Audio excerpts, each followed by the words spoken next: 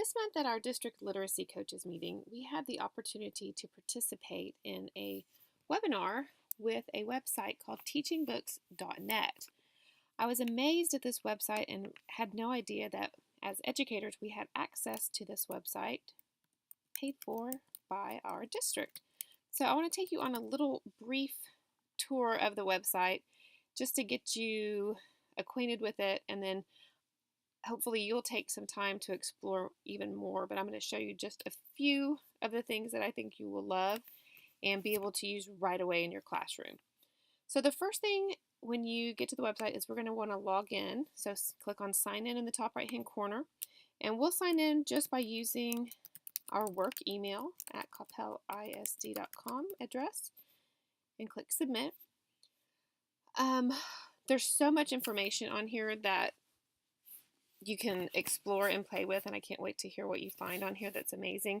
I'm going to start by showing you just the search feature at the top, and you can see when you scroll over search, you can search by book, by author and illustrator, by subject, or by list, award, and series.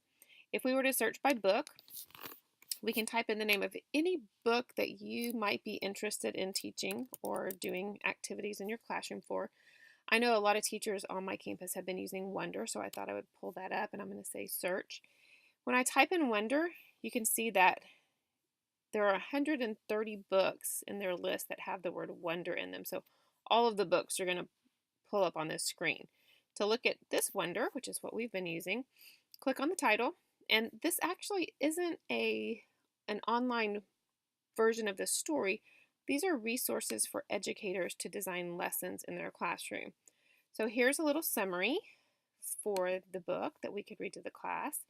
On the right-hand side, we have book resources that you can use. If you click on the book guides and lesson plans, you can see all kinds of lesson plans, questions, reader's theater scripts, just lots of resources that you can take and use as you're planning for this lesson.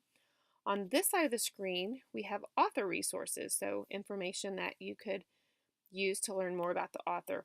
One of my favorite things is the audio name pronunciations, because when you click on this, you actually get to hear the author. Hi, my name is RJ Palacio. That stands for Raquel Jaramillo Palacio, which is my given name. In Colombia, which is where my parents are from, the custom is to have two last names. So the author introduces themselves, says their name correctly, and then gives a little bit of background as to what their name means. View text complexity will let you see the Lexile measure and see if it's a good fit for the students in your classroom. And then you have the option also to share this page. Maybe you're planning with other educators and you want them to see all the resources available for this particular book. You can email it, you can text it to them, you can create a flyer that you send out.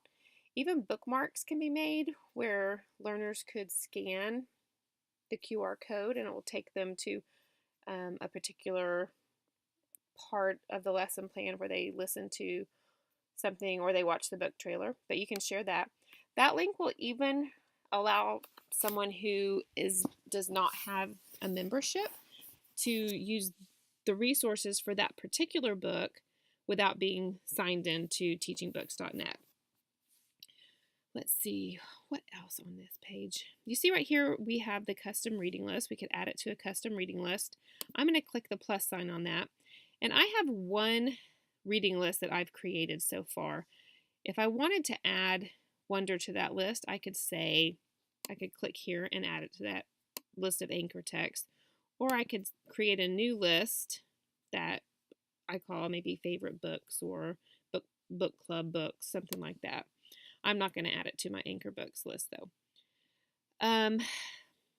Lots of stuff on here. I don't even know what all is available, but as you scroll down, you can see their vocabulary lists, their interviews with the author, lots and lots of information. So for any book that you can imagine, you can do that same search and find information. By author and illustrator, if we search, let's just say I just did a lesson for a group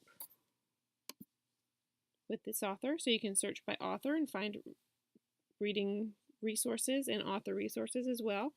Videos they can watch. So you could link some of these videos into your Schoology course if you have something like that going with a book study. Let's see. You can search by subject. Maybe you're studying a specific subject. Maybe let's look up weather. See if we get lucky. Oh, look at that. Type in weather. We get hurricanes in the Ninth Ward. So you can type in any subject. We can narrow it down by, okay, we want books for 1st through 5th grade. And we want a book about, science. So you can be very specific and narrow down your searches that way as well.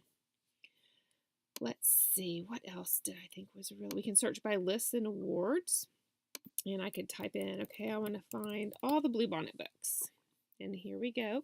This pops up. I'm going to look at the 2016 to 17 nominees. And in this one little spot, they've created a custom reading list that has all of the books that have been nominated for a Bluebonnet Award. So you can open those. If you like to read some of those with your class, you can have access right here in one spot to the lessons that they have available. The last thing that I'm going to show you for today is creating a custom list. So I'm going to click right here on the screen. There's 4 different sections and they're full of things, but for today I'm going to show you this part.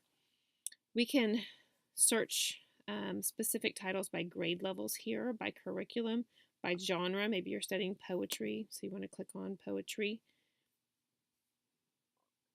Okay. So that just kind of narrows things down for you. I'm going to click on that box again. And at the bottom, this is where I was talking about creating your book lists. So there's some lists that are already created. And you can just scroll through and see those. Those are all the Texas. There's a Lone Star reading list already created for you.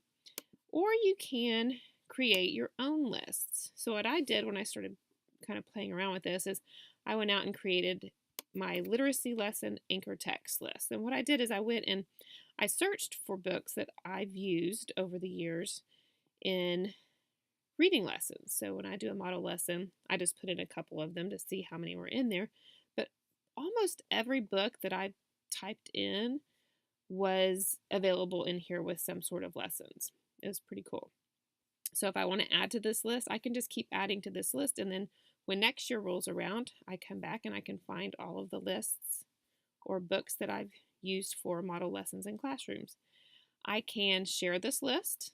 So if you have a friend who's like, oh my gosh, you have so many cool books that you use in your classroom, you can take this and you can share that list with them so that they can see the books that you use with your learners. So I know that that's a quick little tour, and I didn't even touch on any of the other things other than I do want to show you the help and training section. There are lots of video demos in here and articles, webinars that you can check out, self-guided training. The video demos are pretty cool. They're just little quick 4 to 5 minute videos that show you some of the things that I probably didn't get to.